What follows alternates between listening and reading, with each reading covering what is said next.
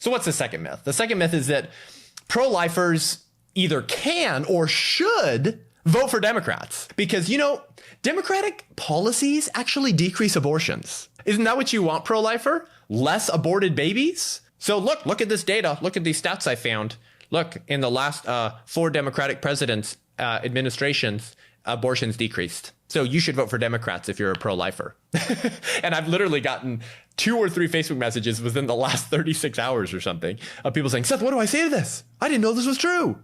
And here's what's wrong with it, okay? Firstly, it's a straw man argument. They're not even attacking the heart of the matter, the issue at question. The goal for the pro-life movement is not lower abortion rates. Of course, we'll celebrate that when it's accomplished. The goal of the pro-life movement is to make abortion illegal and unthinkable. So here's a couple questions. Do Democrats want to make abortion illegal? Of course they don't want to make it illegal. It's in their platform. It has been for decades that twisting and tearing the arms off of children in the womb or poisoning them to death with an abortion pill is reproductive justice, as Julian Castro, horrifically failed Democratic presidential candidate, said. Reproductive justice, reproductive health care. So no, they don't want to make abortion illegal. If they did, then why is every major pro-abortion organization pledging millions to elect Joe Biden and giving them the National Abortion Right Action League's 100% approval rating for serving Molech? Of course they don't want to make abortion illegal. Do Democrats want to make abortion unthinkable? Well, considering they exclusively refer to abortion as reproductive health care and justice, and the unborn as tissue and part of the mother's body, I'm going to go with no. They don't want to make it unthinkable. They're participating in euphemistic doublespeak bigotry to make the reality of the child in the womb skewed, and to make the horror of what abortion does to the child in the womb sound really good. That's what euphemisms do. So of course they don't want to make it unthinkable.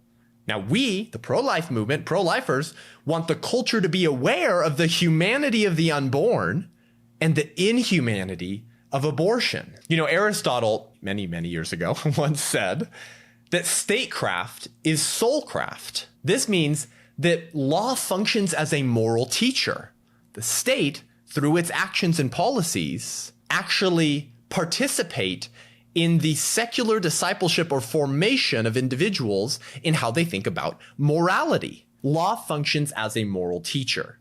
So in relegating actions to the realm of legal and illegal, government actually prescribes which behaviors are and are not acceptable in a civilized society.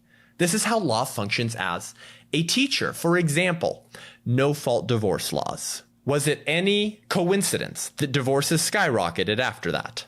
No, because law functions as a teacher. And when the next generation grows up in a society in which the government is telling them that divorce is fine and really easy to do, then it communicates that it's not all that bad. This is also why the abortion rates skyrocketed right after 1973 when abortion was legalized, because it sent the message that it's actually about women's equality and feminism. Now, unfortunately, we as Americans have been far too susceptible to the political messages sent and equating them with morality. And we have some responsibility to bear in that. But it bears repeating, law functions as a teacher. And the left understands this. This is why they wanted to legalize gay marriage, and they were successful. This is why they wanted no-fault divorce laws, the breakdown of the family.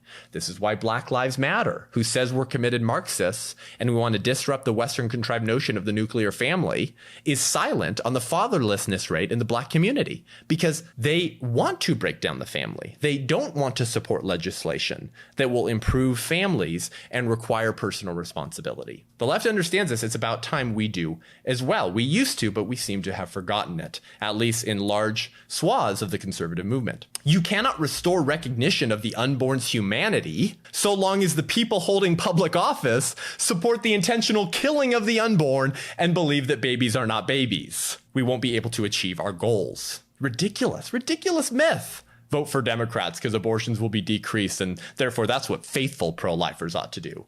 Law is a reflection of what society is willing to protect and value. Even if abortion rates are lower during the administration of a president who supports abortion, it's not really an achievement in the long run because it further entrenches and enshrines the fetal bigotry of choice and communicates to the next generation that it is freeing and empowering for you to get an abortion. You're throwing off the shackles of the patriarchy and asserting your right to choose and design your life how you want over the mangled, bloodied arms and legs of your child who became an acceptable sacrifice for your career well-being. As long as we communicate that message to the next generation, which the Democratic Party is fully on board with communicating, the pro-life movement will never accomplish its goals. So no, pro-lifers cannot and should not vote for the Joe Biden-Kamala Harris ticket because, they're going to decrease abortions a little bit.